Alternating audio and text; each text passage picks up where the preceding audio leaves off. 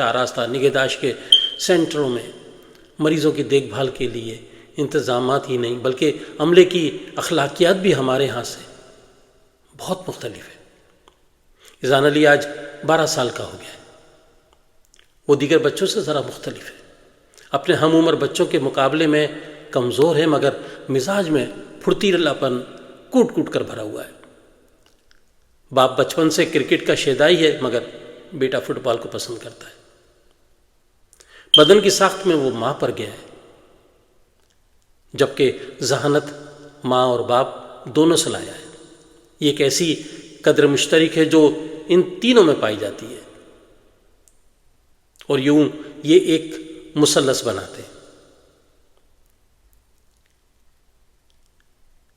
میں جانتا ہوں کہ نئی نسل کے تجربات ہمارے عہد کے گزشتہ سے بہت مختلف ہیں، ان کے علمی ذرائع، ان کے تعلیمی ذرائع بالکل الگ ہیں۔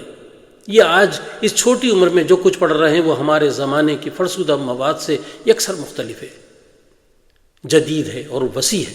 ہماری مشکل یہ بھی کہ ہم اپنے بڑوں اور اساتذہ سے سوال کرتے تو بدتہذیب تصور کیا جاتا تھا، مگر یہ سوال سوچتے بھی ہیں اور کرتے بھی ہیں، اور وہ گھر ہو یا اسکول انہیں ان سوالوں کے جوابات دیے بھی جاتے ہیں۔ میری یہ مسرت ہر مسرت سے بڑھ کر ہے کہ یہ گھٹے ہوئے ماحول میں پرورش نہیں پا رہے، ان کی درسگاہیں کتابوں سے بھری ہوئی ہیں، انہیں چھوٹی سی عمر میں پابند کیا گیا ہے کہ یہ انگریزی کے علاوہ ایک اور بین الاقوامی زبان سیکھیں۔ زبانیں سیکھنے کا یہ عمل نئے در کھولنے کے مترادف ہے۔ آپ ایک قدم آگے بڑھ کر دنیا کو دیکھنے لگتے ہیں۔ آج مجھے اپنے پوتے اذان علی کے جنم دن پر یہ سب باتیں یاد آ گئیں۔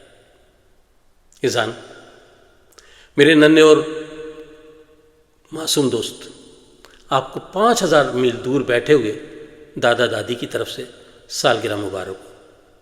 میری آرزو ہے کہ آپ اپنے ماں باپ کی آنکھ کا تارہ بنو، عصر حاضر کا علم حاصل کرو، انسانیت کے علمبردار بنو، زندگی کی بصیرت حاصل کرو اور ہمیشہ خوش رہو۔ آنے والا کل آپ کا ہے۔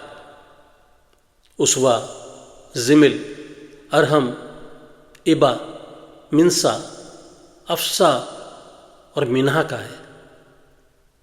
آپ سب مستقبل کے امین ہیں، آپ کے دادا۔